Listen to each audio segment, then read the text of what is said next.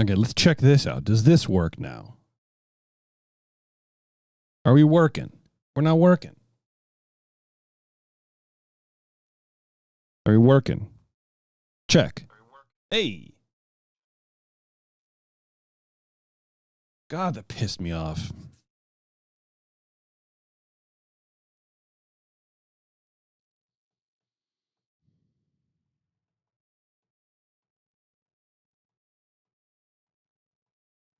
Sorry about that. That's what I was trying to say. You think you're ready for something. You think you're ready for it, and you're not. You never are. You're never ready. It just something will always inevitably go wrong, and that is annoying. But we persevere. We're doing some Disney news. Doing some news, and it's probably going to be easier for me to not look and see how many people are streaming me right now because this is it's weird. It's weird just to talk to myself and have opinions. So, whatever. Anyway, let's do.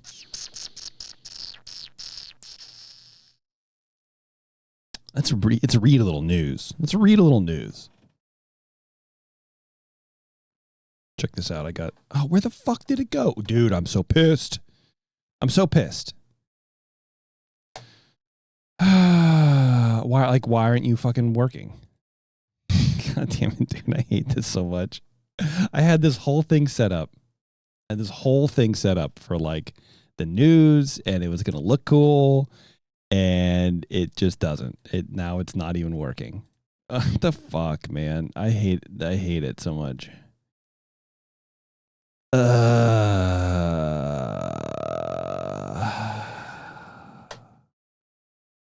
Life is pain, basically. Like it's just that's all it is, man. Okay, that's what we're doing. Got to shrink it. This is a whole thing. I didn't want this. I didn't want this whole thing, guys. I'm sorry, but this is what we're getting because OBS decides to not really do things the way that they need to be done. Hey, look at that. Good gravy, dude. I want to start with this one. Dwayne Johnson's new Disney deal explained. I appreciate the explanation for those of us who don't understand things. Dwayne Johnson's new Disney deal will lead to more movies and collaborations across various franchises like Marvel and Star. I'm disappointed already. I am severely disappointed in this already. Dwayne Johnson is awful. He's terrible. He's a terrible actor. By all accounts, he's not a very nice person. And what the fuck is he doing? Marvel and Star. Let's read about it. Deal extends beyond just films, potentially including Disney parks and merchandise partnerships.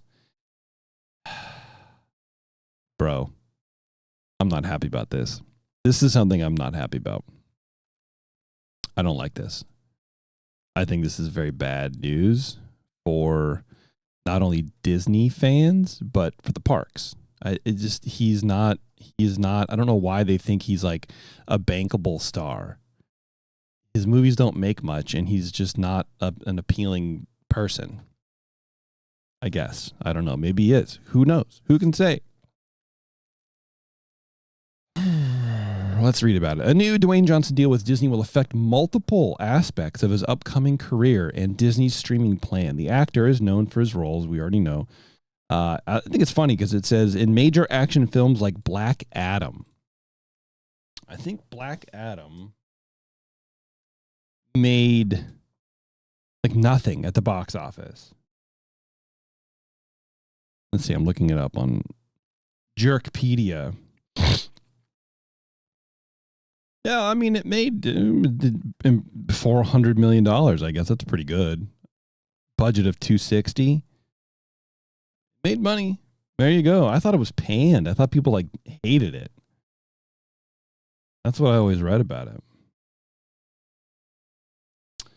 Let's see. Marketing. PD always has a reception. It grossed $168.2 million in the United States and Canada and 225 million other territories. Okay, so that box office was worldwide. So that's a 400 million worldwide box office. But 168, so it did not make its money back domestically.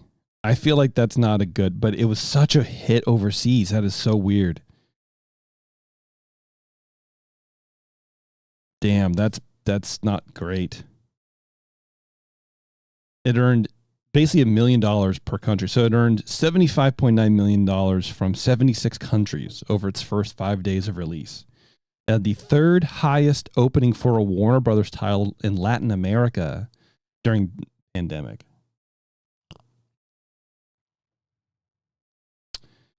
Jeez.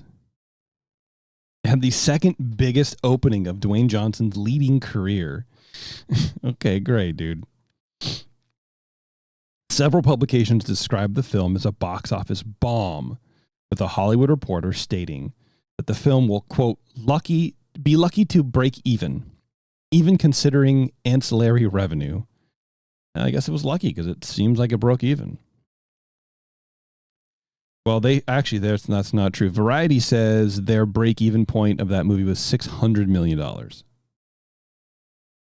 And then Warner Brothers said that the initial break-even cost was $450 million. So either way, it didn't even break even. Yeah. J. Kim Murphy of Variety notes that critics generally found the film to be, quote, repetitive and anti-entertaining. What's up, P? Can you imagine something anti-entertaining? I mean, that's this show probably, but like just the opposite of entertaining. It's antithetical. It goes against everything entertaining possible. God, dude.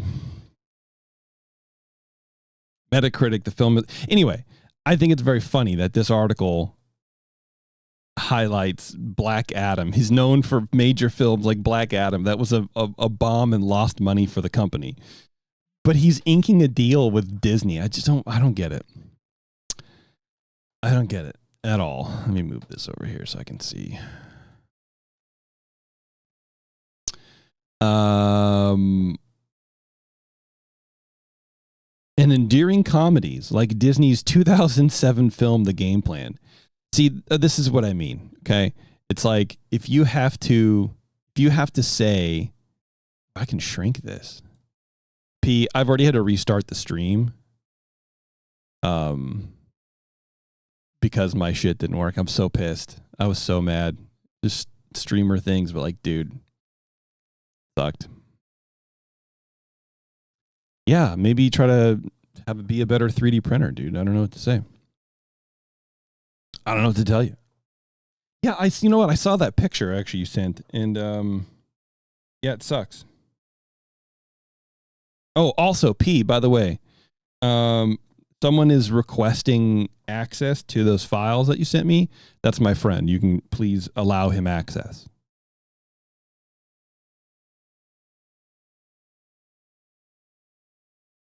Thank you. That's my buddy who's going to animate that thing. Thank you. That's my Imagineer buddy. That's why I wanted to get a little bigger. Yeah. Anyway, I got on the phone. Oh yeah, I was looking at your print. Yeah. What is going on? That looks awful. Look at this. Look at that.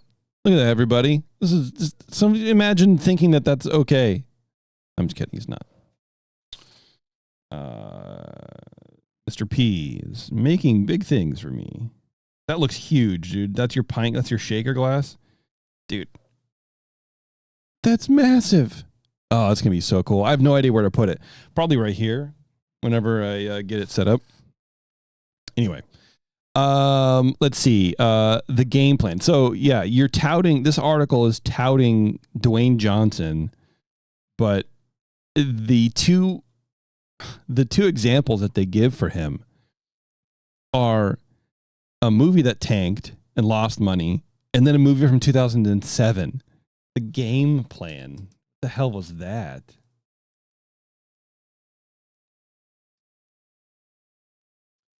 Football movie.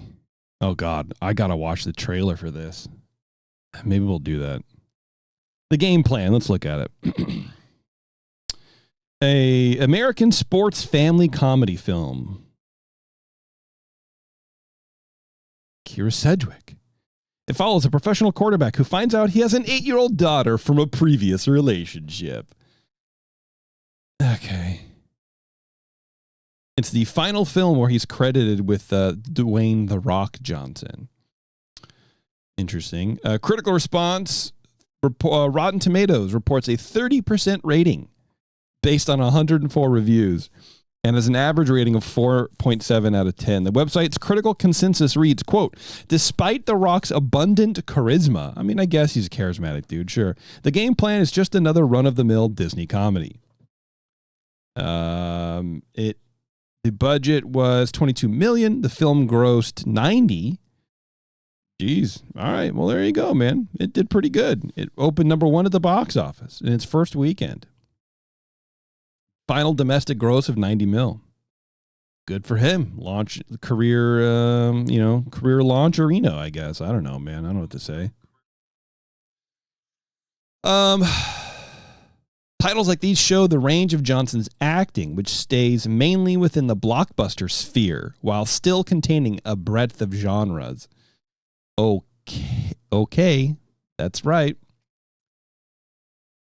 Throughout their years, Dwayne Johnson's movies and career have also become closely associated with Disney. This year, their collaboration will include Johnson's work on Moana 2. Of course, charming audiences with the musical number You're Welcome.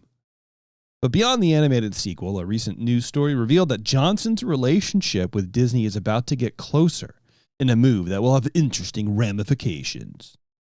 I guess, interesting ramifications. That's it? Okay, so he has a first, finally we get to it. Dottie, I don't want you on my lap. Sorry, buddy, you're too fluffy. It's too warm in here. It's too warm.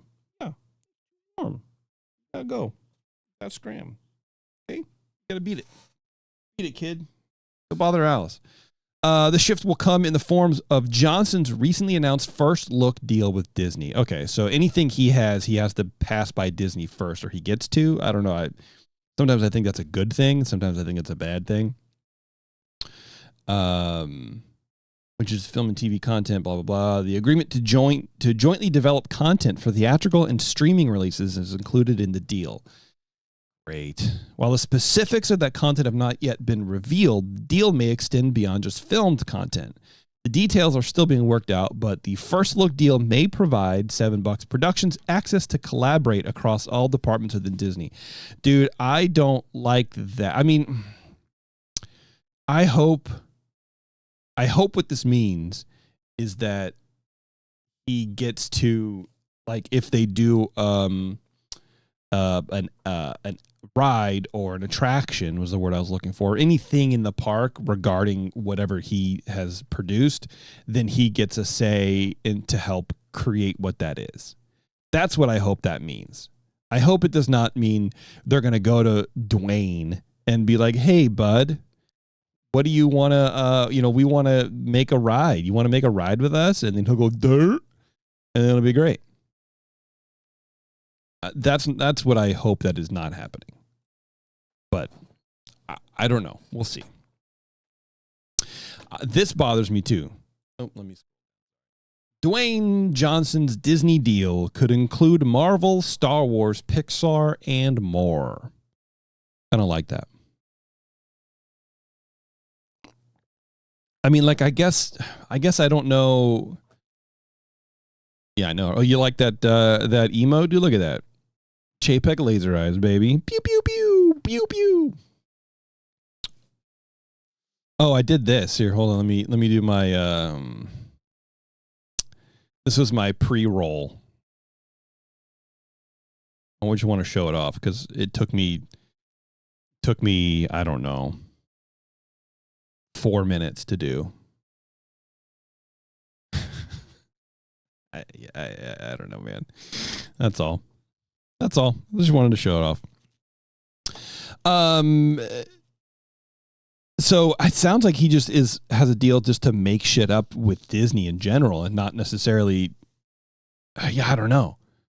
Can you imagine if this idiot, this steroid chucklehead starts making Star Wars content? I mean, I guess it can't be worse than what's going on now, but like, dude, you know he's going to put himself into shit too. Oh, God, I'm so upset at that. The deal is not contingent upon Johnson acting in every single collaboration. Acting should be in quotes, like heavily bold-faced, 100 size font, because that man is just not good. Another important note about the deal is the fact that the agreement is not limited to only producing movies and television content. Oh, yeah, we already talked about that. This man's making a ton of cash. I mean, that is like... And also, look at this. Look how skinny this man is. Even if he has football pads on. Look at his arm.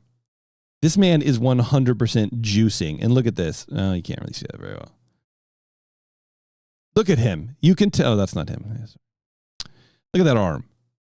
This man is on the juice. This man is 100% not natural. Anyway, that's the Dwayne Johnson drama for me. Oh, thanks, man. Appreciate it. Yeah, just Bob Chapek. That's all I wanted to say to everybody. Yeah, I don't think this is a good idea. I mean, I don't know. I mean, it depends on what he, I mean, it's a production company, right? So does he have good ideas? I don't know. Look, Moana's as surprised as we are. The expanding Moana universe seems more likely. Of course it does. I mean, Iger already said that was their or was it Tomorrow? I forget. That it was Moana's already their next like franchise. So, I mean, it's going to happen. I just hate that he's attached to it because I don't know. We'll see. We'll see. I wonder what he brings to the table. You know what I mean? Like, what does he do? Does he have good ideas? Does he not? You know what I mean? Is he just there? Who knows? Anyway, enough with Dwayne, my buddy Dwayne. This next one I haven't looked at yet. I wanted to go in blind on it. The perfect introvert hideaway lies beneath this Tennessee home for sale. I don't know, whatever. So apparently this house is on sale for $6 million. It is, can I just go to it? Yeah, it was built by an Imagineer.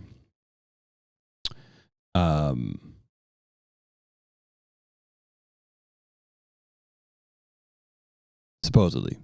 So let's just go to the Zillow thing. We don't need to be on this fucking website for it because they're not really saying anything that I can't figure out myself. So Brentwood, Tennessee. You guys want to move to Brentwood, Tennessee, which is funny because we have a Brentwood near us. Not in Tennessee. Nice looking house, kind of craftsman-y. Solar panels. Hi, Alice. Freakazoid. I feel like with a house this big, even though you should be putting solar everywhere you can. And I know it's just going to be less efficient on these like slopes or whatever, but still, dog, just throw it up there. I mean, come on. But I guess what do you care? Nice entryway. Here, can we just go full screen? Let's go full screen, dude. Let's see. See, I got to adjust this. This is the problem with just changing your mind about shit. Sometimes you got to go full screen. But in order to do that, yeah, that's good enough. All right, full screen. Look at that. Hey. Well, I mean, nice entry. But first of all, okay, this is what I don't understand about rich people. Okay, this is how you know you're rich. You have 3 benches on your porch. 3 benches on your porch. That's insane to me. Who does that? Absolutely, who does that? 3 benches on a porch is crazy. That's how you know you're rich. Sorry. That's how you know you're rich. In case you didn't know before. Front porch on right side. Yeah, okay, so there's not 3 benches. There's 6, I think. There's 1, 2, 3, and it looks like 4, 5, 6. So you have 6 just full-size park benches. All right, man. God. This is the large foyer with views of the formal dining and living room. Yeah, I mean, it's very Craftsman, very California. I love it. I mean, it's cute. Too many different tones of wood for me, but that's just me. Formal dining room. It seems small. That seems kind of weird, and like the blue couches here seem disjointed and weird. I don't like it. This is weird. I don't like that. Large living room with built-in bookcase and fireplace. God bless that, dude. This isn't a house. It's a meeting hall. It's a lodge. Who in their right mind? Okay. Yeah, I gotta know. I don't understand this. You have these 2 armchairs, and then you have these 2 giant L-shaped couches in this bracket. What are you doing? What is this? This is not normal. This is a ceremonial space. I dislike this. Whoever this is, I want to know what Imagineer this was, because I dislike this person. Large living room with kitchen access. It's not access. It's part of the. And the colors are off. Ugh, that's actually really not good. Like that's it. It's that olive with wood and that granite choice. Dog, come on. You're an Imagineer, for God's sakes. You know. Pretend like you act like it. And then you like scoot the chairs around the fireplace. Okay, see, that's fine. That's quaint. That bothers me. We have come to pay homage to the celebration of the 5 crosses. Great room with wood fireplace. Yep, it sure is. Breakfast table with kitchen island. Okay. And that presumably is the garbage can. I like that garbage can like pull out idea. Or maybe it's storage. That's kind of cool. Yeah, dude, what is this? What is this backsplash? That is very dated. Ugh, gross. Kitchen opens to great room. Yeah, it does. That's for sure, man. Imagine you're just like sitting here hanging out and your dishwasher's going. Eating kitchen area, hallway with butler pantry, and I was like trying to figure out what BTLR means. I know you can't see it, but like that's wild. It's fine, standard. Okay, great. That's an octagonal room. Looks nice. Big bedroom with a fireplace, of course. Couch, just a full size 3 cushion couch in your spare room. What is going on? Screened in, dude. That is sick. That is awesome. I love this. This is great. I don't understand. It's screened in, but you have a fireplace. I would think they would be like, you could seal these off so you can keep in the warmth, but I don't know. Maybe that's not the point. Large bedroom suite. Blah, blah, blah, blah. Yeah, standard. Storage under the stairs. This I've seen before. It's weird because I feel like whatever you're going to put in here, what do you need? What do you need to have access to that's right by the stairs, that's that small, in a space that shallow? A knife? A couple of knives and a gun, maybe? I don't understand. That to me is odd. Tide. I'm just kidding. Now I'm just being funny. That's, what is this? A playroom for ants? Wow, that's like a built-in playroom. That is a built-in like dollhouse. That's cute.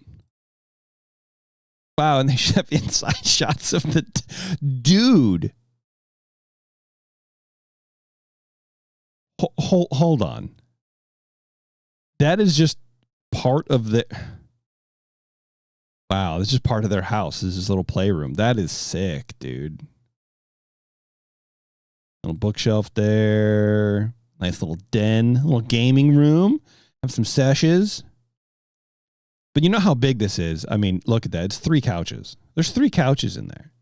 At that point, why aren't you in the fucking great room? But I guess that's the great room is where you just this is where you hang normally.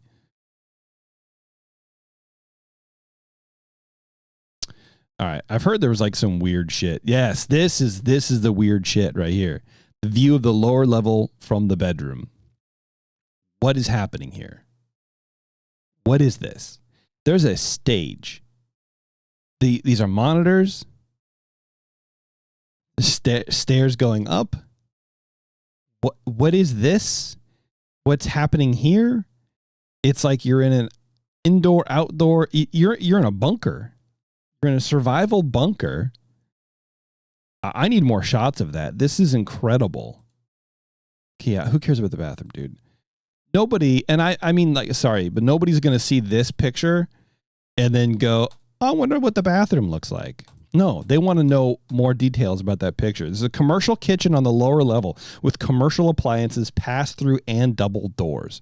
So you are holding event. Yeah, this is some sort of sacrificial area. Okay, here we go. Basement. So this basement is just like Disneyland, basically. Oh my. Okay, this makes sense. So he built this for his church. This is a very Christian thing, right? And so they probably just hold church services there at his house. I wonder if he did that because it's a fucking tax write-off. He has a stage with stage lighting in his basement.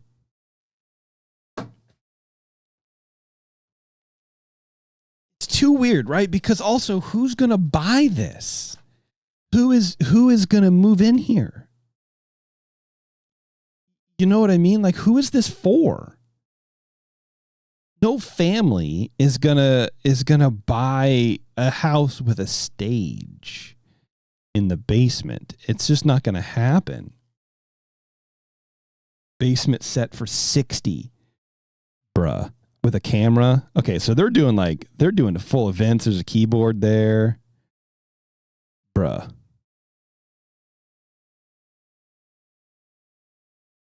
$24-foot wide screen. So it's a projection screen.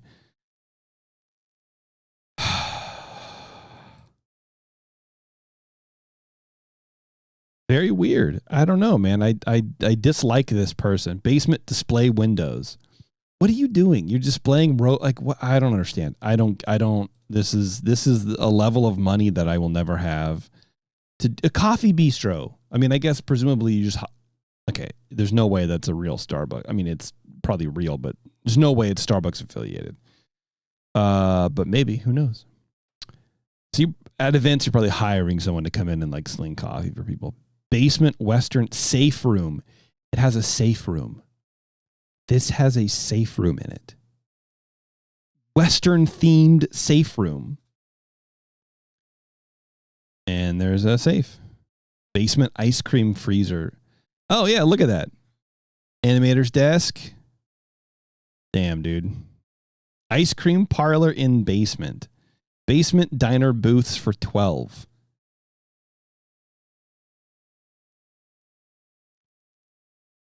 I mean,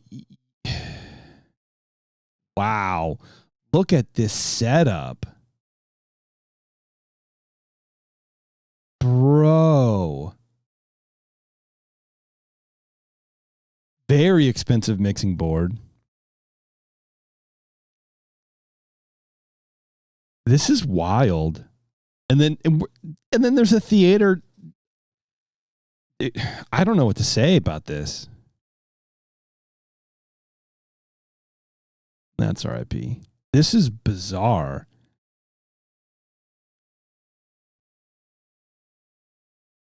I don't understand.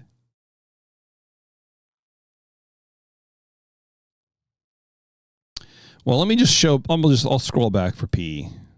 Look at this, P. Wow, this is insane. Wow. Here's the outside. See, this is okay. This is what I'm talking about. Like, if you have this much space, I mean, presumably this person's mega rich, so it doesn't matter. But if I had this much space and I had the amount of solar panels that we saw in the beginning, I would not have 2 Tesla batteries. I would have this entire wall covered with shit, with Tesla batteries. and I would have the Tesla roof or whatever. Because the amount of power that this place takes, although what's the power in Tennessee? And see, now I'm going to just be, what is a kilowatt hour in, they are paying 13 cents a kilowatt hour. We pay 44. So, yeah, I guess at that point, why even have solar? It's probably a write-off. I don't know why. Okay, designed by Greg Grant. Let's find out who Greg Grant is.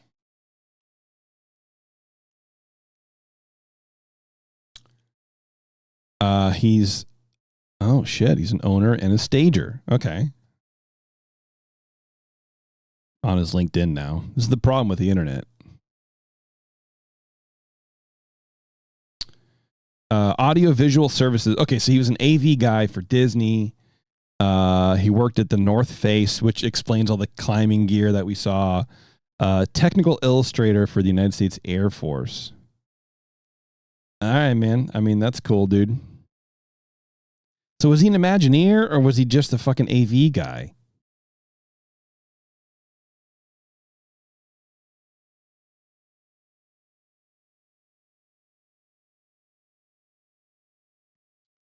It doesn't really say. Yeah. So I don't know. But anyway, the first floor has 3,600 square feet. There's an elevator to level 3, you guys. This man has an elevator. Dude, this is fucking crazy.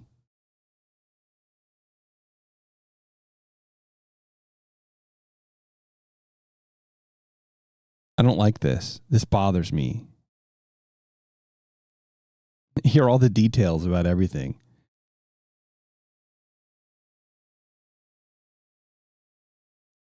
I don't know, man. Something about it bothers me a lot.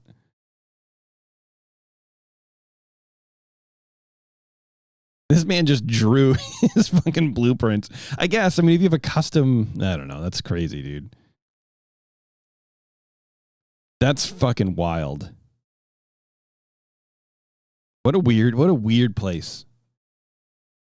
What a weird place to exist in your life. Here, let's just leave it like this because I think it's kind of working out. All right. Transition. There we go. This one I thought would be pretty good too. AI turned horror characters, and it's almost adorable. Let's see. Let's see if it's almost adorable or not. So here's not Pennywise. Jesus Christ, dude. Pinhead from Hellraiser into a Disney character. It is cute. That's for sure. It definitely looks tolerable. Freddy Krueger. Are you kidding me, dude? What the fuck is this? Get out of here. I don't want to learn more. We got to watch an ad? Stupid ass.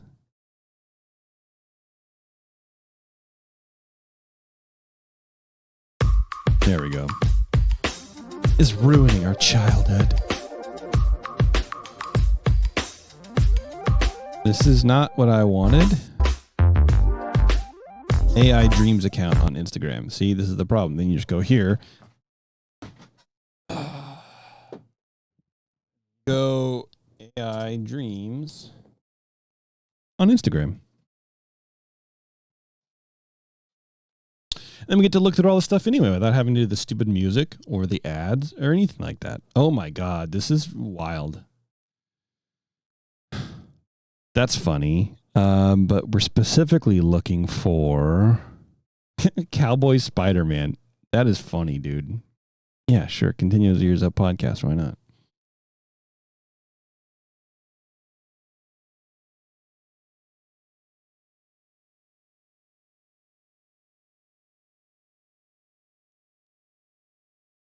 That's odd. That looks so good. Wow, that's crazy, dude. I'd watch a Star Wars Spider-Man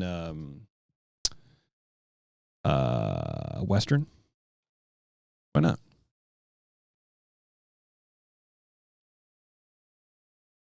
These are crazy, dude. Okay, so this is probably so this is from what Death Note, I think is what this is. Yeah, there you go. The demon in Death Note as a fucking Disney villain. I love it. I think it's great. That looks so cool. God, that looks so good. This is just weird. Someone has a Pikachu fit. Look at this, dude. Fucking Leatherface. Wow. That almost makes him look approachable in some weird way. I love this.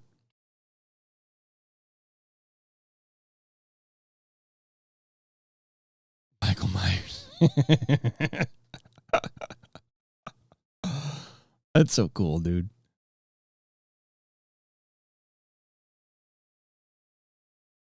I love that. That's great. Oh, there's multiples. Oh shit, there's multiples. Jigsaw. I don't know. I never saw those movies, so I don't know. Hard to say. Looks cute, I guess. Sure. Why not? Pin.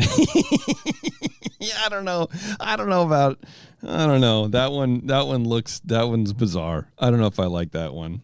No, thank you. It's too. I don't know what the word is, but I don't like it. Chucky. Chucky looks like he's about to slay. Like it's like his Bumble photo or something. Okay. All right. You know what? This makes me I would watch an animated version of The Shining for sure. Imagine like a series on Disney Plus. That'd be cool, dude. Annabelle? Okay, whatever. That's fine. Valak. Oh, what is that from the first Nun or the Nun or something like that? Eh, boring. Predator, dude. Yeah, I mean, it looks cool, I guess. I don't know. I don't know. The face is kind of weird. I can't see. I don't know. Creature from the Black Lagoon. Get out of town. Norman Bates. Why does he look like John Krasinski? Big ass ears, dog. Did we already look at all these? Or these are just extras? Oh, Pennywise. There you go. Looks good. I mean, details there. I wonder how you do that. I wonder how you. That's what confuses me about AI. Is like, how does it get to that level where you can be so specific? Because a lot of AI right now, you can't do like copyrighted stuff. So you really got to be very precise with your prompts. The xenomorph. Oh God, love it. Freddy Krueger. Yeah, no, don't like it. Hannibal Lecter. He just looks like a naughty boy. He's like, whoa, did I do it again?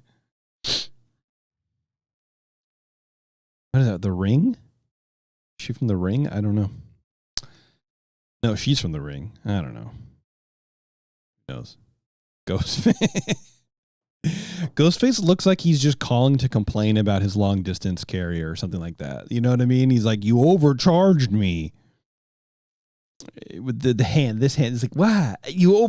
What is this bill? Can you explain the charges? Jason Voorhees with like the world's dullest machete. Bro, he's yoked though, dude. He's all neck. All neck and all business. The Babadook. That looks good. That's even too scary for Disney, dude, but that's cool. Babadook was a great movie, by the way, if you haven't seen it. Great horror movie. I loved it. Well, that's cute. Those were fun. Oh my God. Look at this stupid shit. I love it, but it's also weird. There's Pennywise as a Disney character. So these are the Disney ones, I guess. Chucky. Okay. Yeah, I see it for sure. Ghostface. I don't know. Maybe. I don't know. The coloring around the lips is a little like blackfacey for me, and I'm uncomfortable looking at it. Yeah, I don't know about that one. The xenomorph, yeah. Looks good, man. Looks like something that would go out after the Siamese cats in Lady and the Tramp. Yeah, I don't know.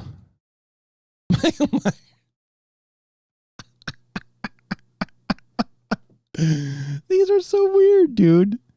The expression on his face is very much like resigned, like he has to do this. Like, it's not revenge, it's just a duty.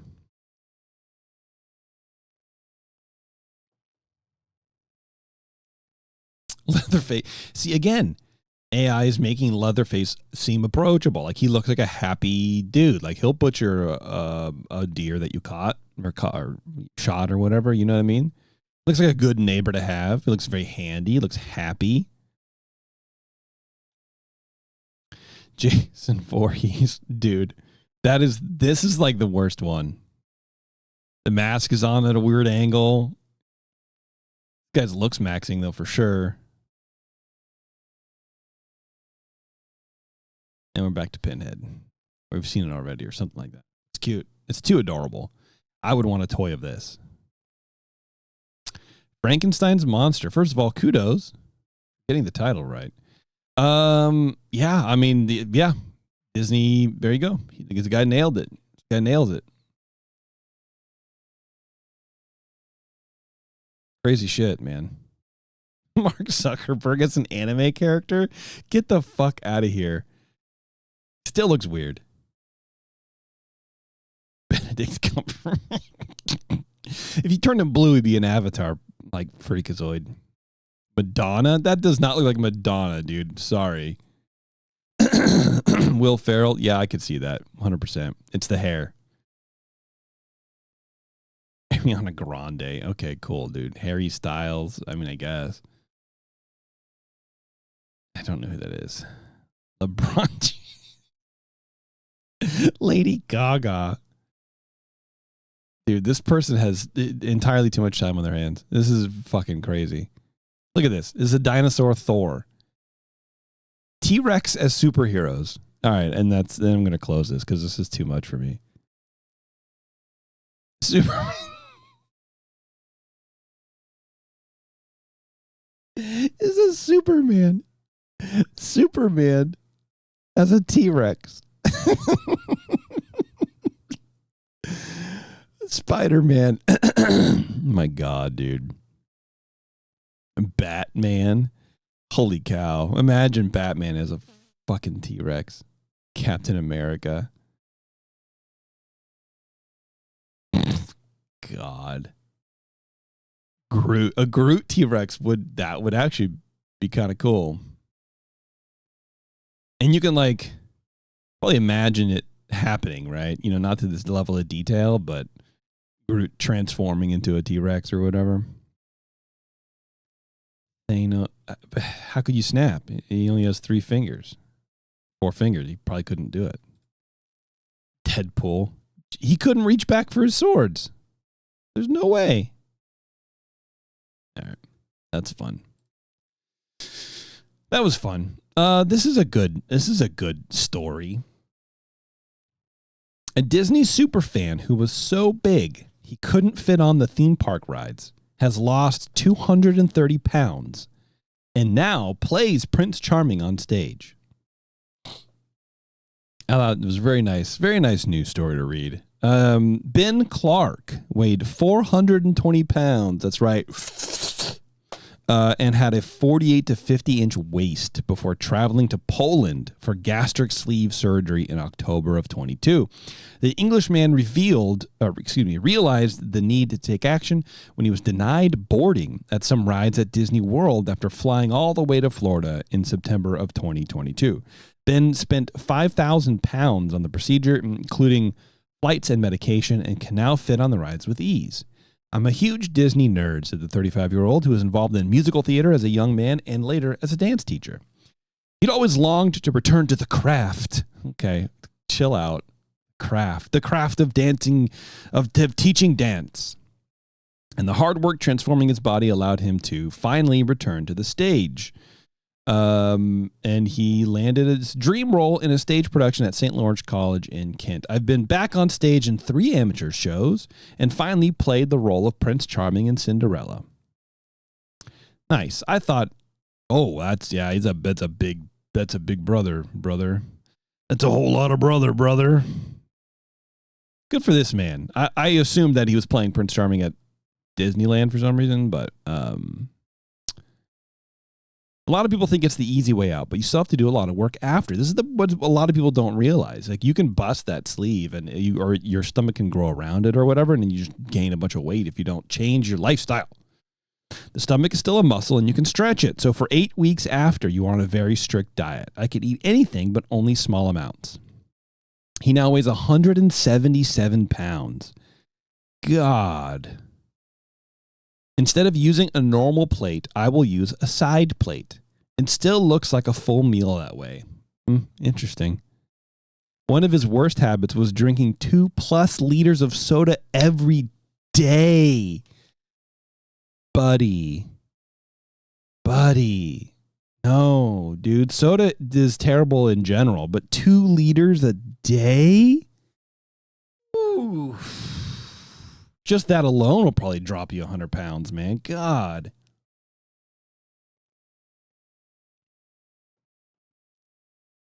Yeah. He now intends to save money, both for procedures to have his loose skin removed and for a trip back to Florida to go on the rides he missed 2 years ago.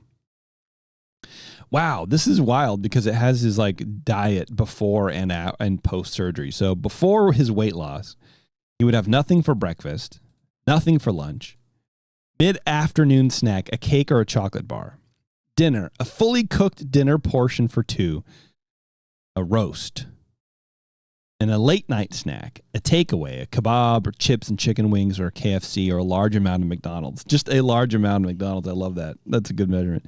Drinks, 2 liters. Okay. And then post, it's protein, whatever. Boring shit. But the first thing you put in your body a day in the morning is a fucking cake. I love it. Okay. And then after this will be the last one. And then we have some videos to watch. Excited about these.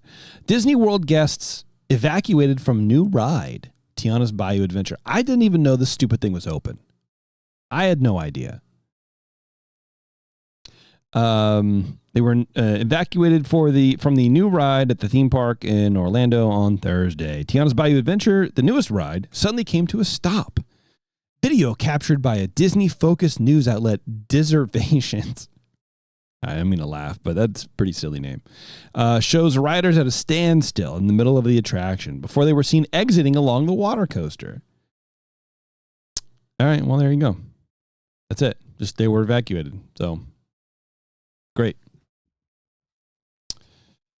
Great. That's awesome. Sucks. But I don't know. I don't think that's does it speak of a larger issue? I don't know. I don't think so. I don't think so. All right. I got some.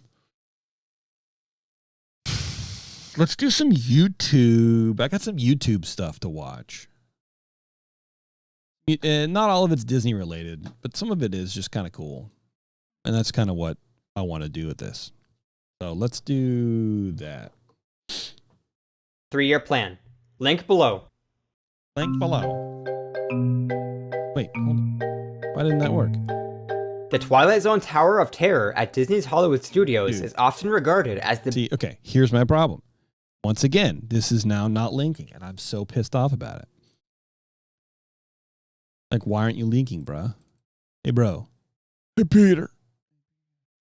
Capture cursor, client area, force, blah, blah, blah. Capture,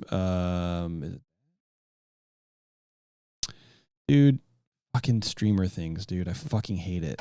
So stupid. Like, you try to get all set up and you try to do a good thing and it ends up shitting yourself. It ends up shitting you. Get shitted. So hold on, please, while I adjust shit that I already did.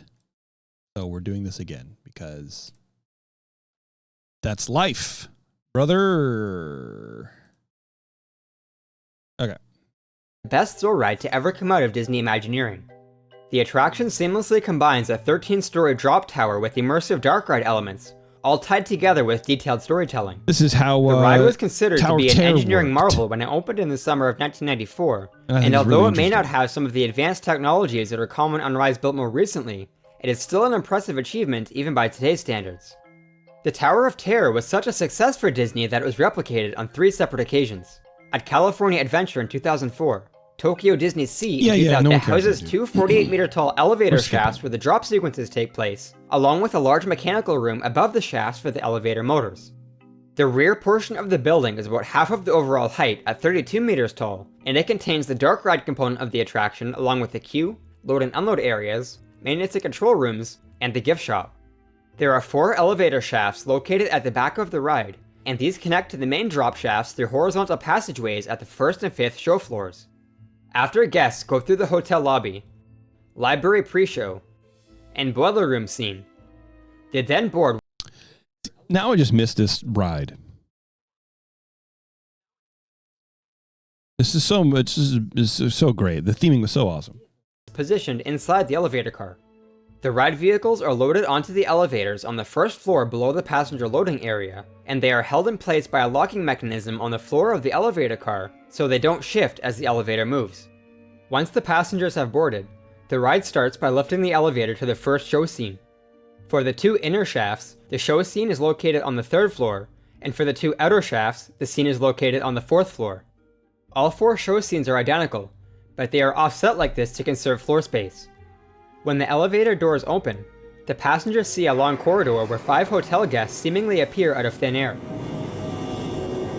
Yeah, well, they used to.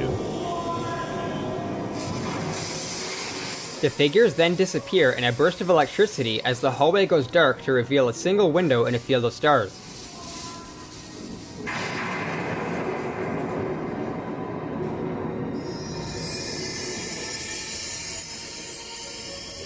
I mean, even that transition right there is better than most of the things I've seen at Disneyland.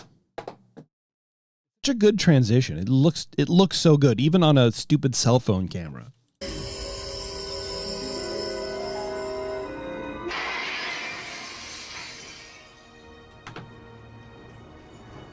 This scene is accomplished with 2 primary techniques that Disney uses quite often: forced perspective, and an optical illusion known as Pepper's Ghost. The opening of the corridor is life-size, but the walls, floor, and ceiling all slope inwards, so that the height at the very end is only about 1.2 meters. This makes it appear much longer than it really is when viewed from the inside. The wall at the end of the corridor is a rear projection screen with a projector placed on the opposite side. At the beginning of the scene, a normal wall with a window is projected onto the screen, but the wall fades out of the image as the lights go out to give the illusion of a window floating in space. At the front of the corridor, just behind the first arch, there is a large pane of glass oriented at a 45-degree angle that spans the entire width and height of the hallway. This aligns with a second perpendicular hallway where another rear projection screen is hidden out of view. The 5 hotel guests are projected onto this screen, and the image is reflected in the pane of glass, making them appear in the middle of the corridor. Oh, sure. This illusion is known as Pepper's Ghost, and it is the same effect that was famously used for the ballroom scene in the Haunted Mansion. To make the star field appear 3-dimensional. After the corridor scene is complete, the elevator is then lifted to the 5th floor, where the ride vehicle exits into the 5th dimension show scene. This scene features a number of visual effects, including a second star field that is achieved by 2 large mirrors with fiber optic cables hidden behind them. The mirrors are oriented at an angle to each other in a V shape, I don't remember and as this the ride in vehicle Disneyland. approaches, they slide apart to allow it to pass through. I don't remember this. Although there are 4 loading elevators and 4 corridor show scenes in the ride building, there are only 2 5th dimension scenes on the 5th floor. The 4 loading elevators are arranged in stupid? pairs, and each pair connects to one of the main drop shafts through a single show scene. The horizontal motion for this part of the ride uses a trackless system with a semi-autonomous ride. Am I dumb? I don't remember this at all. to the floor surface. There are wires installed in the floor that are used to transmit radio signals to the vehicle, and the vehicle is programmed to follow the wires in a similar fashion to a line-following robot.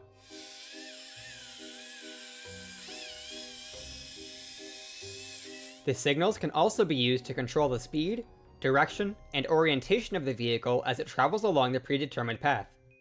If the ride loses power and the radio signals are cut off, or if something falls onto the floor and covers a wire, then the vehicle will come to a stop automatically. The wire guidance system can be quite sensitive, and it is one of the primary causes of downtime for the ride. Once the ride vehicle exits the fifth dimension scene, it then boards an elevator car in the drop shaft for the main drop sequence. The elevator cars here are similar to the ones used in the 4 loading shafts, and they also have a locking mechanism to secure the ride vehicles in place.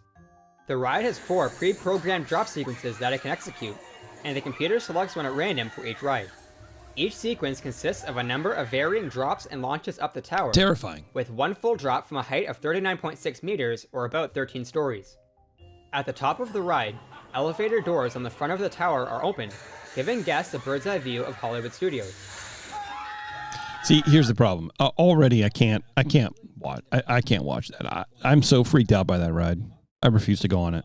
And it's not just because they rethemed it. It's because it terrifies me. To safely bring the elevator car and ride vehicle to a stop at the bottom of the tower, and so the maximum drop height that passengers experience before braking is only about 27.4 meters. The ride system that is used for the drop sequences is based on the traditional traction elevator, and it is not that different from an elevator that you might find in a normal high-rise building. The system was designed by the Otis Elevator Company, and it uses 2 giant induction motors to accelerate riders up and down, reaching a maximum speed of about 63 kilometers per hour.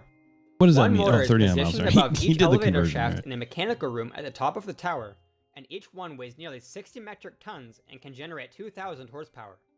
Each motor is connected to 2 cable drums in series, and there is one solenoid brake on the end of each drum for a total of 4 brakes per elevator. 2 steel cables are wound onto the first drum, and these extend down through the floor where they connect to the top of the elevator car, which travels along rails that are fixed to the walls of the shaft. Yeah, it's an elevator. We get it. A cable is more than strong enough to support the full weight of a car along with a fully loaded vehicle, but 2 cables are used for redundancy. 2 additional cables are wound onto the second drum in the opposite direction, and they are attached to a counterweight that is used to offset the weight of the elevator car. The counterweight travels along its own set of rails inside the shaft, and it weighs about as much as a single elevator car with an empty ride vehicle, so that the motor only needs to supply enough power to raise and lower the weight of the passengers. 2 more cables extend off the bottom of the counterweight, and they run around a compensation pulley at the bottom of the shaft before connecting to the bottom of the...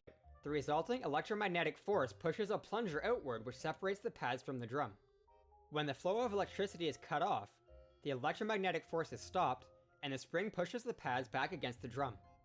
The friction between the drum and the pads slows the drum down. That's what's amazing about the internet is that, like, I couldn't imagine taking the time to explain this or to, like, animate it or to have somebody animate it or, like, whatever. I don't know. I can't imagine that this. I would be trying to put this content out going, who cares? Who gives a fuck? Nobody. Apparently, a lot of people do, and it's great. I mean, it's good information. So both the counterweight and the elevator car can be brought to a stop by the emergency brakes.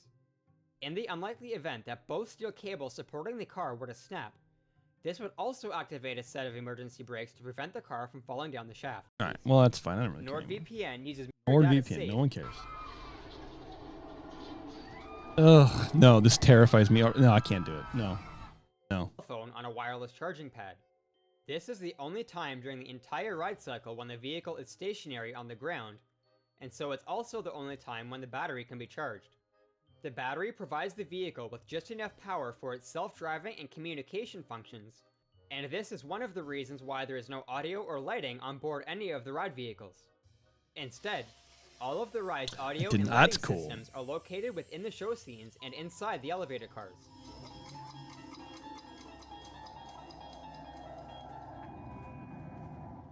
Once all of the guests have unloaded, the ride vehicle then moves to the rear of the building, where it boards one of the 2 loading elevators on its half of the ride, and it is lifted up to the loading platform for the next group of passengers. Since there are 2 loading elevators paired with each drop shaft, Each half of the ride can accommodate 4 ride vehicles operating at any given time. One at the loading platform. That's so many. One in the show God. scenes, one in the drop shaft, and one at the unloading platform. This means that a total of 8 vehicles can be cycling through the attraction at once, giving a total ride capacity of nearly 2,000 guests per hour. And since the two halves of the ride are independent from each other, Which is one wild side because can that ride often operate by constantly itself when attending had the flow. a long ass wait. That is wild. Are very efficient. However, Disney decided to make changes to the design for the California, Tokyo, and Paris versions to increase the capacity further and reduce downtime. Since the wire-guided AGVs were a common source of reliability issues, they eliminated the need for self-driving vehicles by removing the fifth dimension scene and the 4 loading elevators. The corridor scenes that were previously attached to the loading elevators were moved over to the drop shafts, and a second show scene was added Okay. at the 5th floor. Okay. The scene So I was right.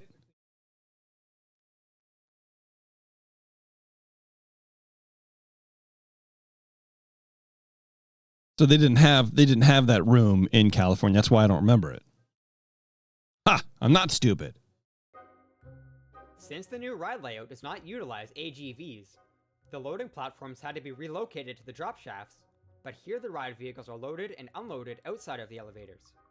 Once passengers have boarded a vehicle, it is pushed into the elevator car by a mechanical grab that travels along a track, and after the ride is finished, the grab pulls the vehicle back out of the elevator for unloading. A second loading area was also added one level below the first, which allows one vehicle to be loaded while a second one is going through the ride cycle. The elevator system itself is essentially identical to the original one used in Orlando, but here it is used for the main drop sequence as well as moving between the show scenes. Since each drop shaft can only accommodate 2 ride vehicles in this configuration, a third shaft was added so that a total of 6 vehicles can cycle through the attraction at a time. This greatly increased the overall capacity of the ride, and it also allows 2 shafts to remain open when one is down for maintenance. I love it. There's no arguing that the second iteration of Disney's Tower of Terror is a far more optimized design compared to the original Hollywood Studios version. Yeah. That's cool. Well, see, look at that. We learned something, chat. We learned something today. What I want to do is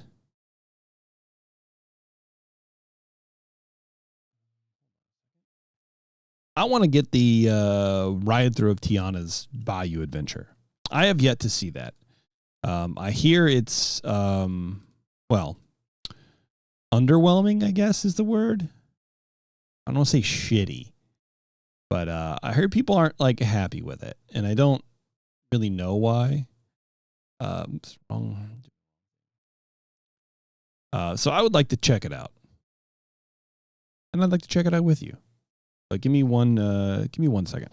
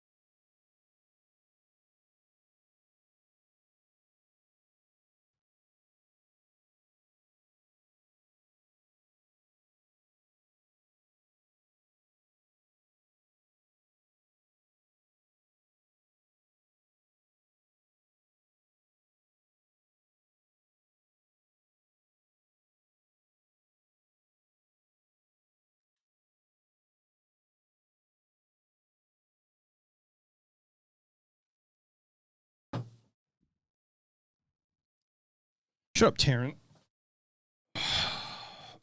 Man, this is hard, Taryn. This is hard. It's hard talking to myself. I mean, as much as I do this anyways. Okay, let's do the POV, huh? Let's try it.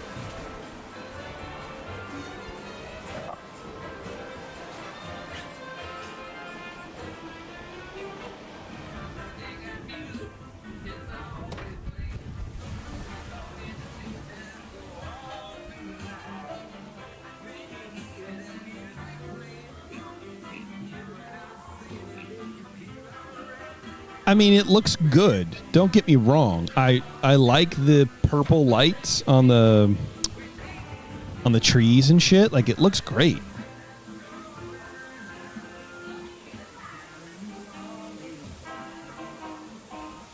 So this is after the splashdown. Hey, there y'all are. Lewis is up ahead. Let's join him and find a band for our celebration. How many lifts are there on this ride, man? Good Lord.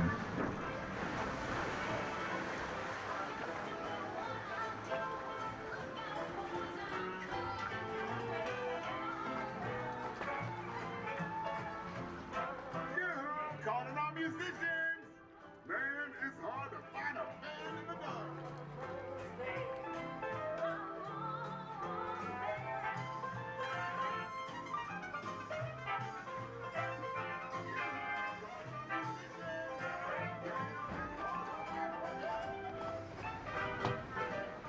Yeah. Look. I think it looks kind of better. I think it almost looks better than Splash did.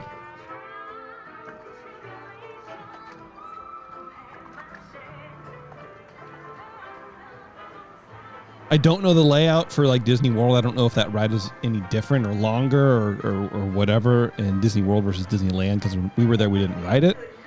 But I think it looks pretty good. Like, the lighting is more dynamic or engaging. I mean, just throwing colored lights on is way better than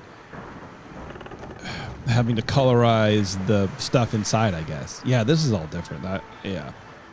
Actually, I've never seen the Splash Mountain in Disney World. I've never seen that ride at all.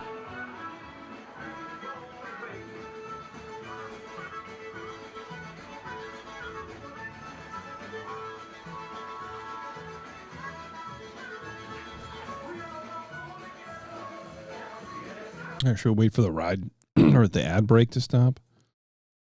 Let's wait for the ad break to stop. I want you guys to see this.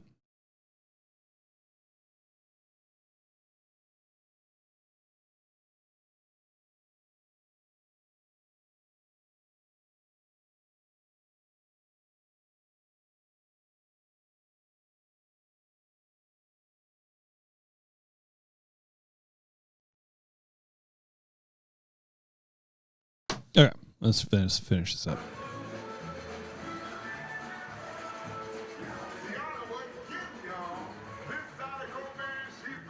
It's so much more layered. I mean, there's so much more to look at.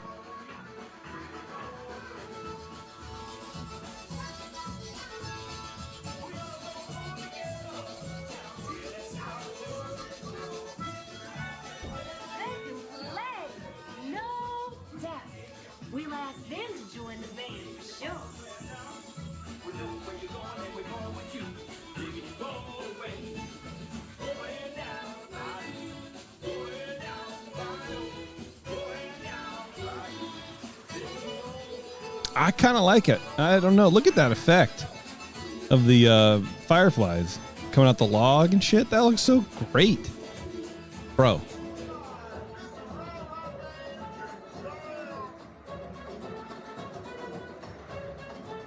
The one criticism I have right now, excuse me, is the music.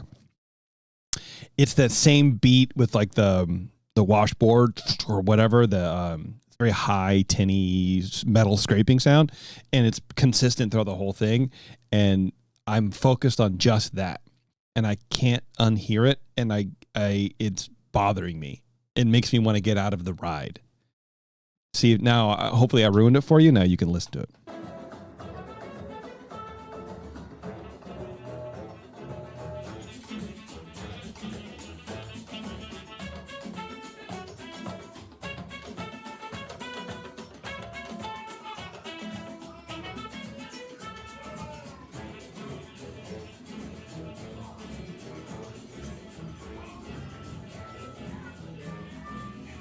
I wish they had the fireflies in that last sequence right there. Hang on. That's armchair imaginary. I wish they would have them bouncing to the music rather than just making little loops. You know, like an old Winamp skin. Like that would be, I think that would be much better. This is a great effect. They should have done a lot more with it.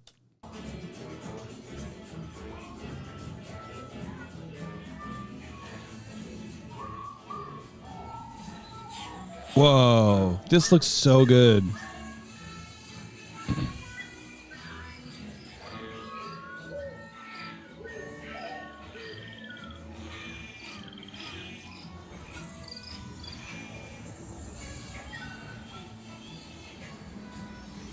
I'm asking all of them to play at the party, but we've got to keep searching high and low. What party? Do we know what party you're talking about?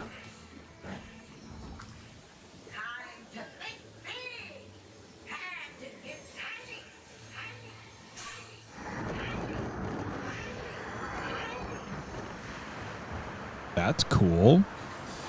Where'd they go? We have to find them.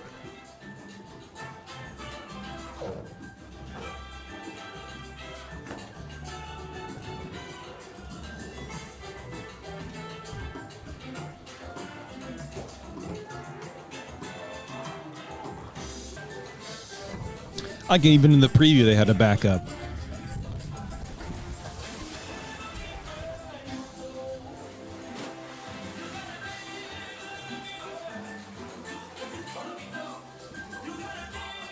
Oh, that's cool. You almost get sprayed with the water. I love it. That's great.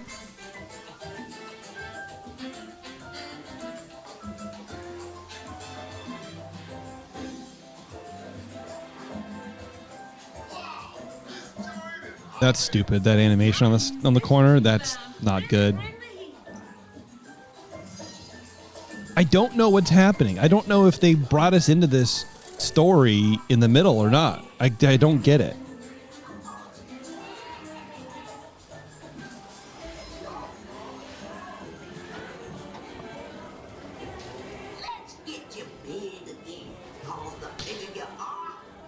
They shrunk us? All right, that's fine, I guess.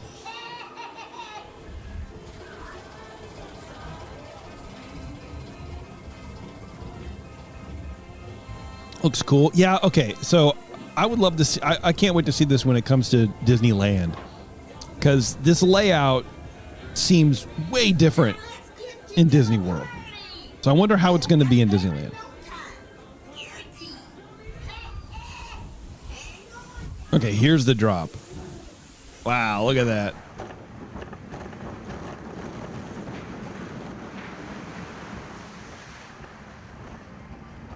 Very cool.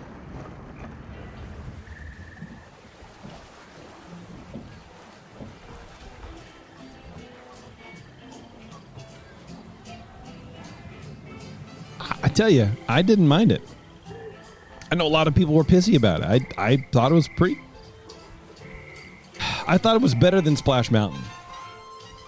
Because again, Splash Mountain, nobody goes for the theming. They go for the drop.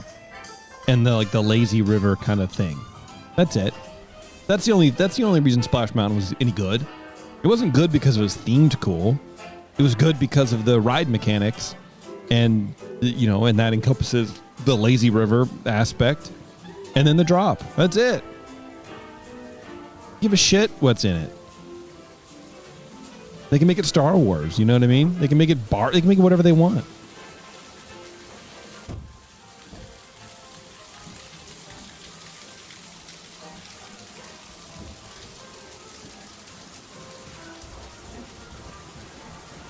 Welcome to I couldn't read that. I have no idea what it said.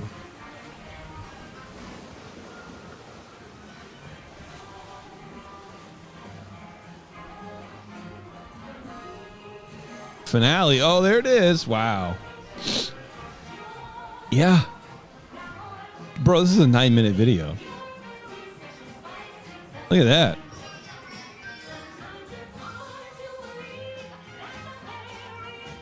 Okay.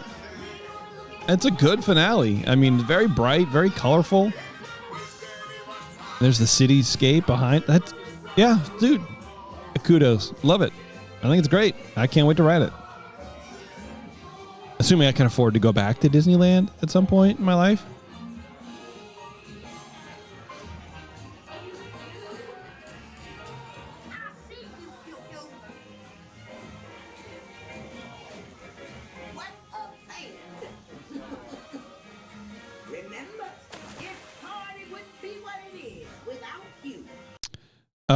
Cute. Opening June 28th. Okay, so it's not open yet. So that article we read was just like cast member, whatever. Let's look at some comments because I love scrolling through comments. The greatest missed opportunity in Disney Parks history is to leave out Facilier not having "Are you ready?" playing while going up the lift hill for the final drop. Everyone, dude, that's like the least creative take in the entire universe. Yeah, no shit. But also the greatest missed opportunity? No. It's a lighthearted ride. That would be too dark. You know, I get it.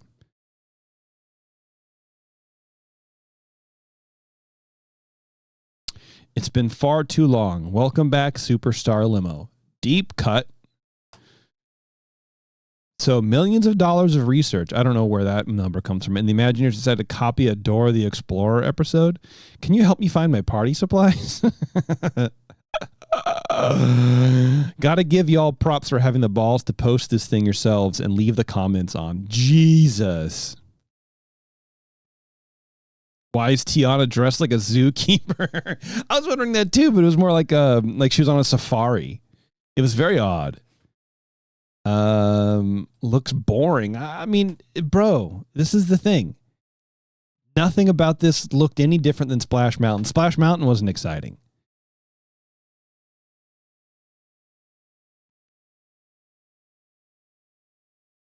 I don't know. I mean, I will agree that there's no story there, but I mean, what's the story? Yeah, help me find my stuff. Help me find ingredients to cook with is stupid. The ride based on food is dumb. But the story of Brer Rabbit is dumb anyway, also. It's sorry, the Splash people, but it's dumb. This is equally as dumb, but at least it's pretty and dumb. You know, it's like me. Let's watch the Beetlejuice 2 trailer. Preview. Be warned, it's intense. Like camping.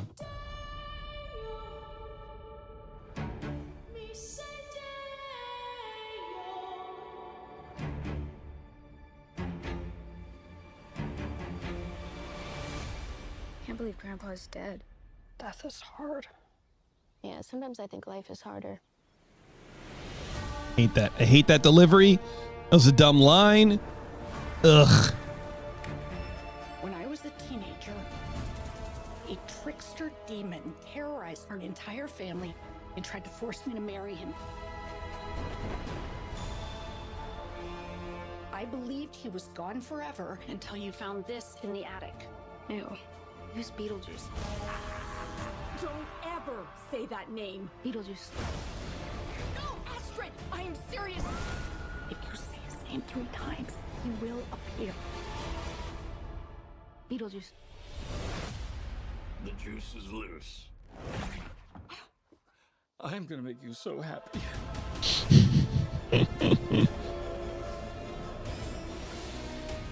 The living. The dead. Can they coexist? That's what we're here to find out.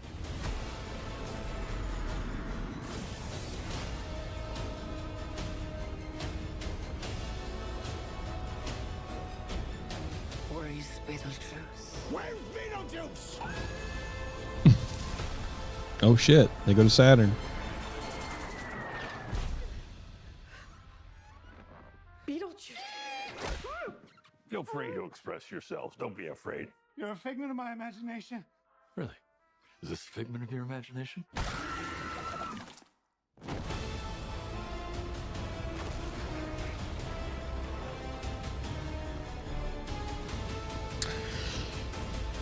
Yeah. Yeah. I don't know, man. You know, the first trailer when it came out looked good. This one, no, man, I can't. I don't know. I don't know about it. Let's see what the comments say. Michael Keaton, maybe the most underrated actor of all time. Okay, dude. Ah, man. This looks awesome. Jesus Christ. Winona's beauty never seems to fade. The internet is stupid. Yeah, I don't know about that, dude. Is there anything else? No. I don't know. I can't say I'm excited for it. I really can't. I can't say that I'm excited for that. Anyway, this I had to watch because it's just a bunch of shit about Disney Muppet Vision.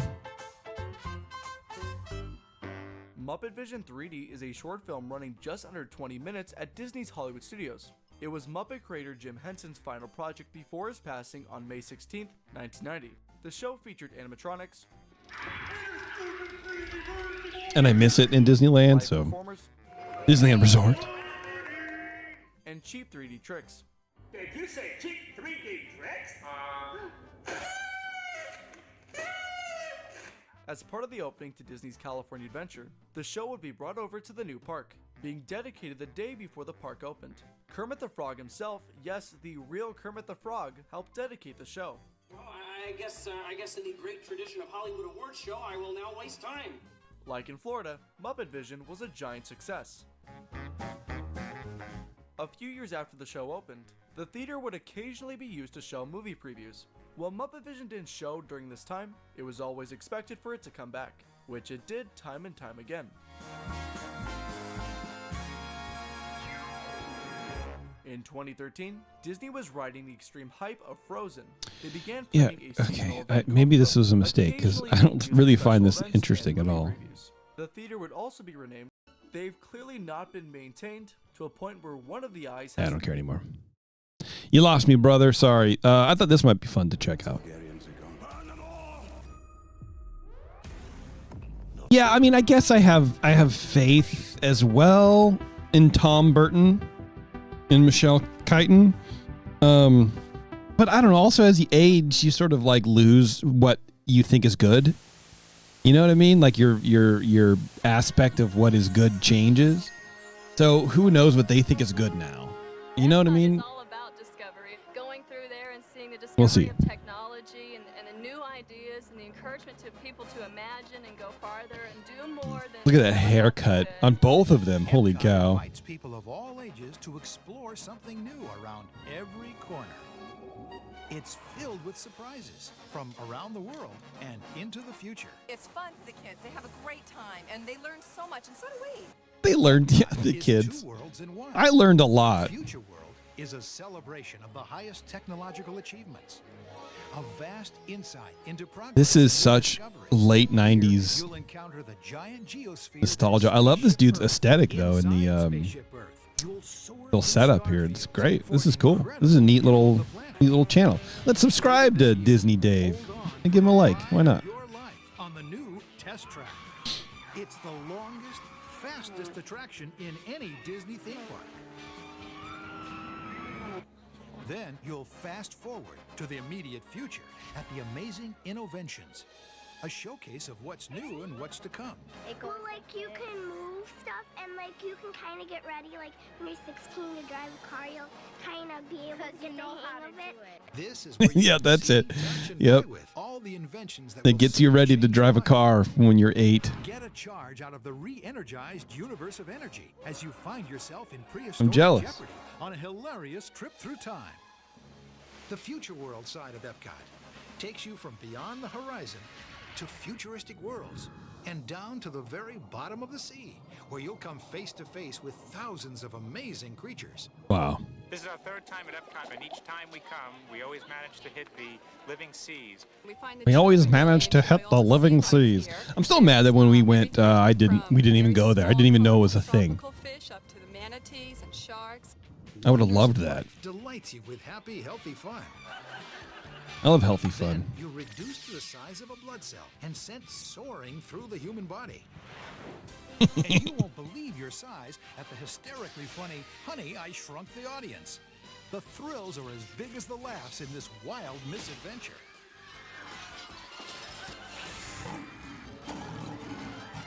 Now, on to World Showcase, the other world at Epcot, where your family goes on a real-life adventure tour of 11 incredible nations. Here you'll experience authentic architecture, gardens, shopping, entertainment, people and cultures, and some of the world's finest restaurants serving award-winning international cuisine.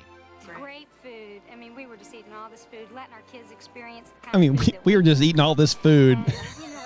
It was terrific too because I have been to Germany before, and when I came back here, I really relived all the same kinds of people and the food and the dress, the costuming. And Yeah. Look, when we went there, it was nothing like that, but that's all right. Are your historic hosts in the American adventure? All right, this is the ad, but I think he actually has like it's like a travel video. Come on.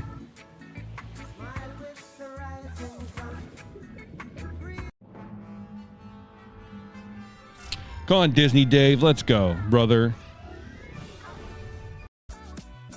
There we go. I don't know why this is great, but I love it.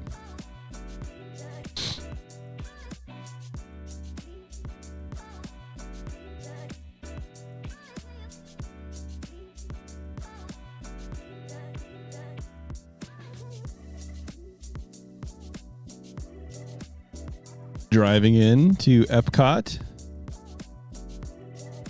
which shows you what I know. I didn't even know you could do that. You know what I mean? I had no idea. All right, let's look at these people. Who are these people? Is this Disney Dave? Yep, my visit to Epcot. There you go. September 30th, 1998. Oh man, every year we should watch this on the anniversary. Look at this, dude. Look at that line for Spaceship Earth. Look at that huge ass line. When we went, it was a fucking walk-on. I mean, obviously, you know, it's going to be different now, but it's a trip to see. Dragging a video camera. It's all video camera shit. You know what I mean? Like, damn, this is crazy.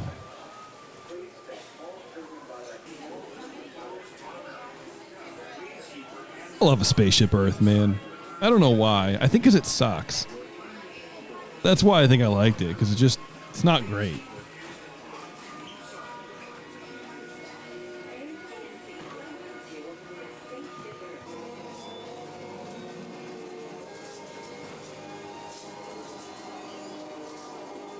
I mean, you got to be honest with yourself. It's boring. But I think that's what I liked about it.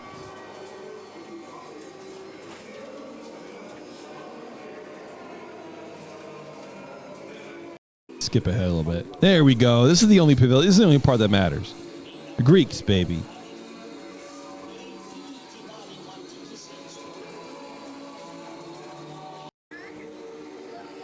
All right, let's skip ahead a little bit, huh? Look at that fountain. Don't show this to Jeremy. He'll get pissed off. They used to have a fountain.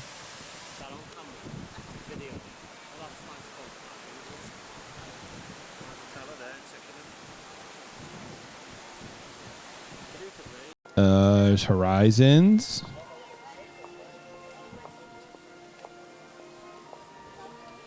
No shade anywhere. Still.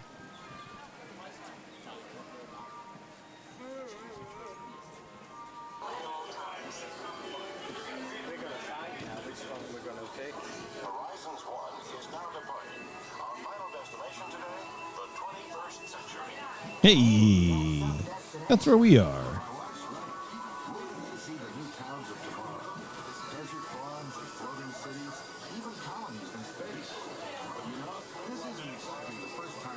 It's kind of neat, you know, where like you're just right there. What the hell?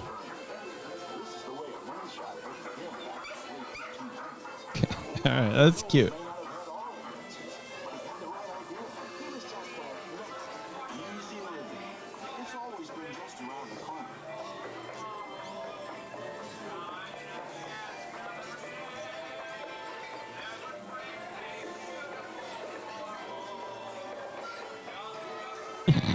I want a robot haircut and shoe polish at the same time. That would rule.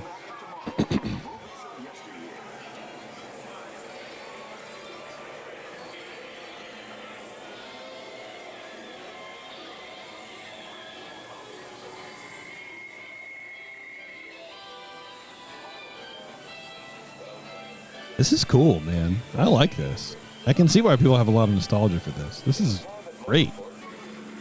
Look at that. That's so cool. Very 60s.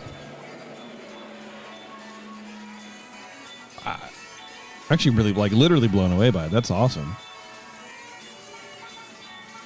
Wholly unique, too. I've never seen anything like that. It's kind of Cars Land reminiscent, but I guess that would make sense. So, 50s, 60s kind of thing, but 60s futuristic.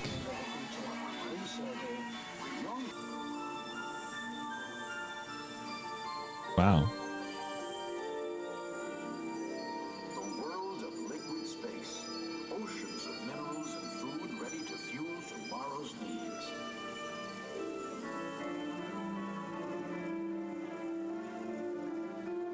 I kind of like this. Maybe a little too much. Mexico World Showcase. Let's do this. Let's jump. We're going to jump ahead because it's a little, I understand it's a little long. I mean, the whole thing's 120 minutes, so that's a lot.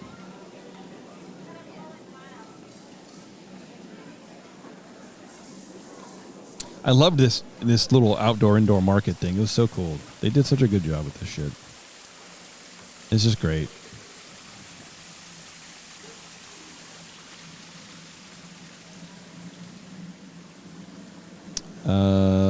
Maelstrom. I never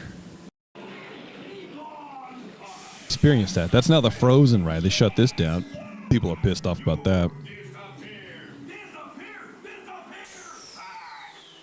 Anyway, that's what we get. Maybe we'll check it out later. Here's behind the scenes Back to the Future. I don't know if I care. Maybe. Let's see what this is about. I got some more Disney stuff to talk about, but let's take a break. Watch this. I have no idea what this is. I'm probably not going to watch the whole thing either. Hi, I'm Kirk Cameron, your host for the Secrets of the Oh, God. Crazy Kirk Cameron.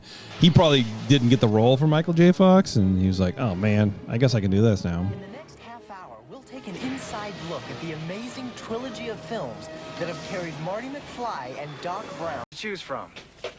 Hey, fella! You Kirk Cameron? Yes, sir. This telegram just arrived for you. For me? That's right. Is he trying to make his voice squeak to be younger than he our is? first question. Grady Cooper from Sioux City, Iowa writes, Dear Back to the Future, when I saw Back to the Future Parts 2 and 3, I left the theater wishing I had a hoverboard. Dude. Okay.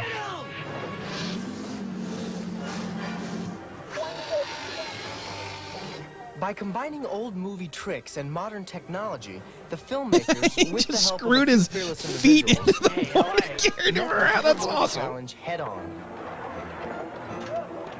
A lot of the hoverboarding that only showed Michael above the knees was achieved by having him ride an ordinary skateboard. Son, it's been 5 years. I thought I'd be ready to do that.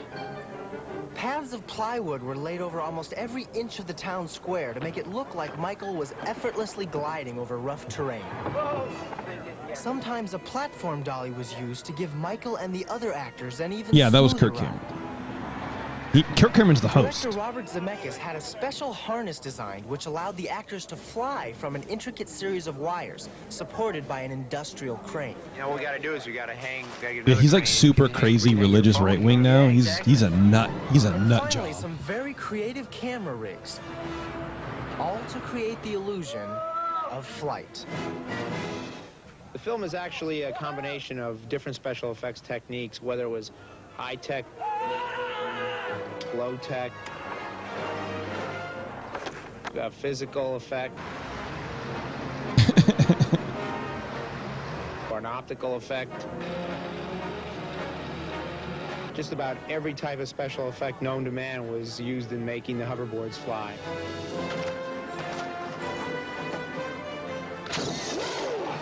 It looks so bad.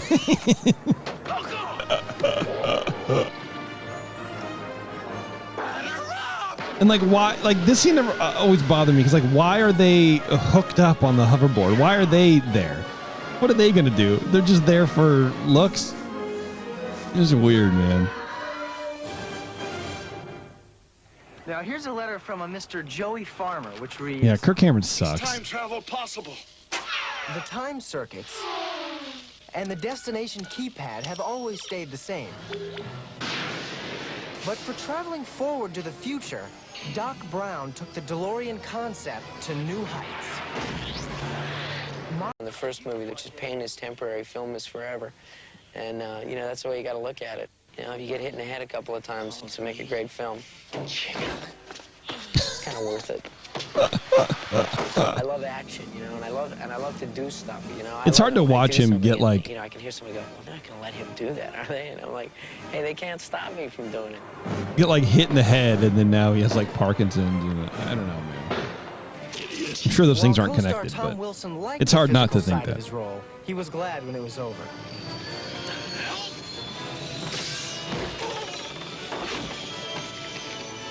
Nice shot, Doc! In a film that demands a lot of physicality, you just have to do it, you know? I'm not a macho guy at all. I'm anything but, you know? I mean, I don't like volunteer. Hey, Bob, let me do that one. The falling off the building thing, hey, that's mine. It's mine. Don't get a stunt man. Yes! While all three Back to the Future movies are action-packed, the final part of the trilogy presented a new series of challenges for the actors. I bet it did. All right. That's not as exciting as I thought it was going to be. Not as exciting, everybody. Sorry. Okay, I got a couple TikToks. You know, I feel about TikTok, and then that's it. And we're going to get out of here because it's it. I don't know what else to do. This I thought was cute. It's just a funny short little stupid TikTok thing. Of course, see, here we go. Once again, transition to the thing, expecting the thing to be there, and it's not there. I don't know why. It should be there, and it's not. My window capture decided to just kind of shrink and then just fuck off to nowhere. What the hell's going on? Very strange. So, once again, hold please. Ridiculous, man. Absolutely ridiculous. You try and you try and you try and you just can't do it. Oh, this is Buzz Goober.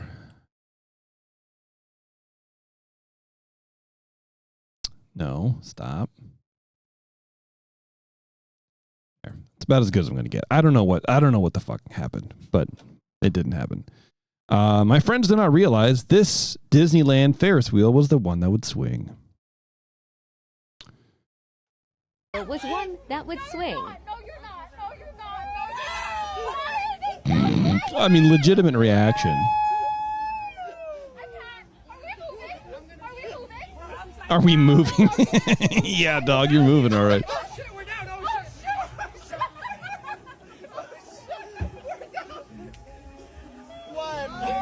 I'm so embarrassed. Oh, wait, no. Yeah, bring us down. No, I wanted to get off.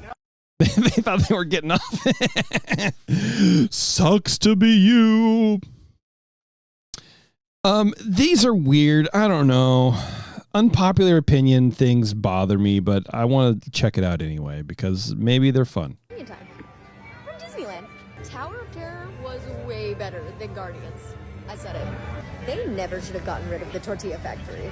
It should be Paradise Pier, not Pixar Place, but it's still pretty. FastPass ran so that Lightning Lane and Genie Plus could flop on their face and die. FastPass forever. New Downtown Disney is pretty and all, but I miss Rainforest Cafe and Build-A-Bear. I think that Pin Traders... What do you miss Build-A-Bear? What are you talking about? How old are you? You miss Build-A-Bear? Shut up. A lot more space for a lot more time, because they're pretty cool. Pirates of the Caribbean, Jungle Cruise, and Splash Mountain were all victims of political correctness. Toy Story Mania is way harder than Buzz's Astro Blasters. And I'm sorry, but Peter Pan's Flight is just too old and too short of a ride. Okay, this is all just the weight clickbait. that it always does. Stupid. And last but not Maybe. least, I don't know. I miss the Home on the Range area. As No, you cool don't. as Galaxy's Edge is. No, you don't. You don't miss anything. You're just lying. You're stupid. Go away. Yeah, the political correct. I mean, that's when you knew it was just clickbait shit. Where like we're gonna rage farm right now. Come on, let's see what the replies say. Okay. Right. It's just all stupid. So that's what happens when you get that. That's the algorithm is rage farming. Did you know, guys, that you can go inside of the castle at Disneyland? Did you guys know that? Let's learn about this. Let's learn about how to do this. Did you know you could go inside of the castle at Disneyland? No, I didn't. Oh my God, show me The entrance is how. on the right of the back side of the castle. Let's go in. Whoa. They tell the story of You're not Sleeping inside. Beauty. Oh my God, this person's stupid. Inside of the castle. Oh my God.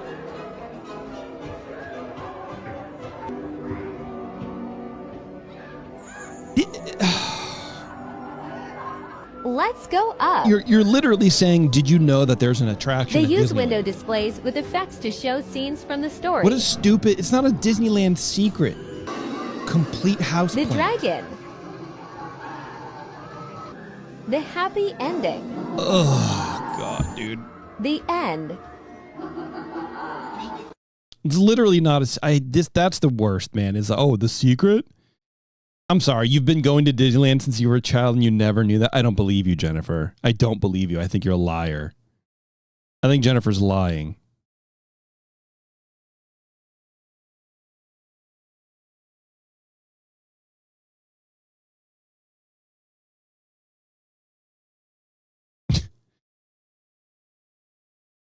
No. Yeah, it's so bad, dude. That's the other thing I hate about social media, which is why I'm bad at it. It's like you have to say this shit. You have to be like, oh, did you know the secret that the air in Disneyland is free and it's not all oxygen? Did you know that? The secret, oxygen, they don't want you to know. And it's like, it's all the same dumb shit. It's like, yeah, of course, it's on the fucking map, dude. Like it's on the app, for God's sakes, about the walkthrough. You can pull it up right now. Come on. It's not a secret.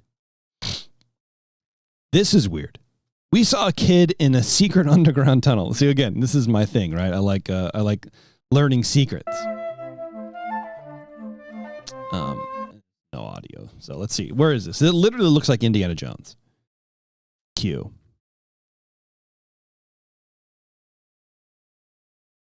Or is that Tom Sawyer's as like the pirate island or whatever? That's all this is. Yeah. Okay. So you're in the pirate's lair? How is it a secret tunnel when there's a when there's a display? When there's a display there. What are you talking about, bro?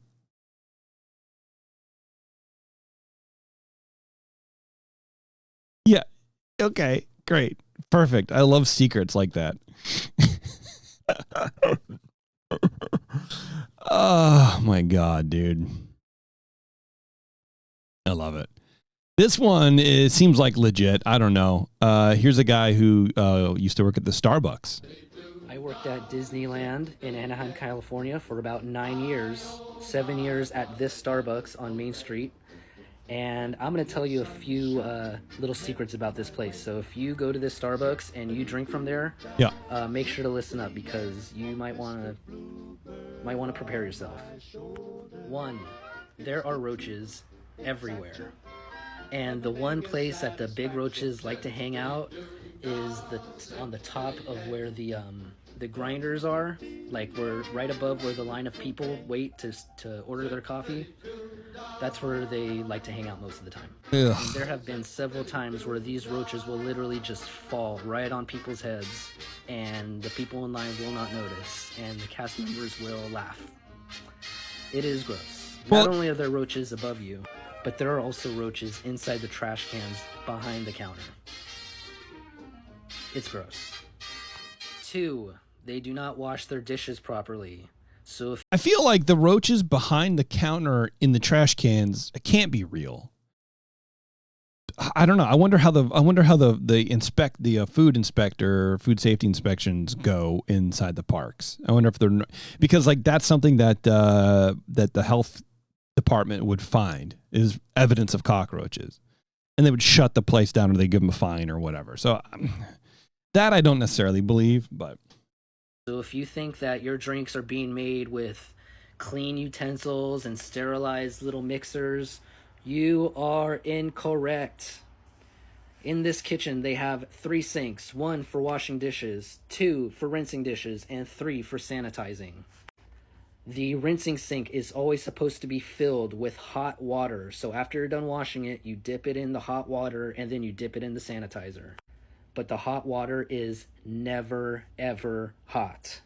They usually sign somebody random that's a part of the busing crew to wash dishes. And if they don't like washing dishes, that sink is not going to be hot at all. It's going to be freezing cold. And that means that any bacteria or anything that they would try to rinse off does not get rinsed off. It is extremely nasty. And 3, whenever they dump their trash cans at the end of the night, they'll rinse them out, and the trash can will be filled with sugar and all the daily stuff that's in the can, and then they will dump all of that trash water right into the storm drain. I cannot tell you how many times that I've complained about this, and it took about a few months before anything was done about it. It is environmentally irresponsible, and it is also illegal. But they did it because the storm drain was right outside. So it sounds like it just happened once or twice, and it's not like a thing, because it sounds like he saw it, and it took a while, but then it stopped. So there's that. From there all the way to the trash compactor where it's supposed to be dumped. Instead, they'll just do it right there because they don't want to take the time to take the cans there. Very irresponsible. Very nasty. Not cool, Disney. I got tons and tons and tons of horror stories from this place. I've worked there for so long, for so many years, under so many different management, and there has been some crazy-ass stories that I could tell you that would make you never want to touch a Star. All right, well, let's see. Let's learn about them, because I know he's got more. Here are more Starbucks Disneyland horror stories. Since you guys asked for some, figured I'd share a few more with you. For the record, I used to work here. I did not run the place. I was just a worker, not a manager. So I try doing what I can with the roaches and keeping the place clean, but you can only do so much when the place is ran by a shitty security guard that doesn't have any history running a coffee shop. So before all of you start commenting, yes, I used to work here, and the reason why it got so bad was because it was ran shittily. Nothing I can do. There are rats all around the place. Now, I've never seen any rats inside, but on the outside, there are tons of rats. Right behind where the lockers are, there's a trash compactor, and that place constantly has rats running around it. Yeah, well, that's nothing. I mean, anybody who's worked there, any theme park, any place that has food is going to have mice. That's why whenever you walk around, like at a strip mall, or you kind of maybe happen to be on the side of a building, restaurant, or there's these black, sort of almost triangle shaped kind of things. Those are rat traps. Those are mouse traps. This is what they are. So, of course, like that's not surprising. Of course there are. Will tell you, anybody who's been there, has a guess, will tell you, there's rats everywhere. It's just gross that it's right next to where the coffee shop is. Also, people will change their babies' diapers on top of the tables where you are supposed to eat and drink. Management doesn't really do anything about it. They just sit there, let it happen, and then once those people leave, they'll just let the next guest come in, and they'll have their food spread all over. That's where disgusting. the diaper's been. It's pretty nasty. That's if gross. If you've been a guest here for long enough, you know exactly what I'm talking about, and you've seen this happen before. I've They will never seen also it. change their babies' diapers where the condiment bars are. No. It's freaking nasty as hell. They will literally wipe their baby's shit, put it on a napkin, and put it on the counter where you put your drinks there at. And management is never there to see it. And the busing crew, unless they've been there for a while, they're not going to do shit about it. It is one of the nastiest things I've ever seen here. People really are the worst part about going to Disneyland. They really are. I've ever seen working at a place, and it is just a shame that it happens at Disneyland. It's so gross. all in all, this place is just crappily ran. You never see management there. Management is never there to run things, and when management is there, they're only there to get the free coffee, and then they bring it to their friends in other departments, and then they disappear. It used to be ran pretty well a few years ago, but ever since new management taken over, it's just been a complete shit show. Damn, dude. That's gross. Was that it? You only got 2, huh? All right. I thought he had more. Thought he had more stories. Brother. All right. Well, that's it. That's my, that's the Disney news show. I don't know. If you like it, let me know. I'll do it again. I'll do it longer. I don't care. Yeah. That's fun. Cool. All right. I don't know how to sign off. I have no idea.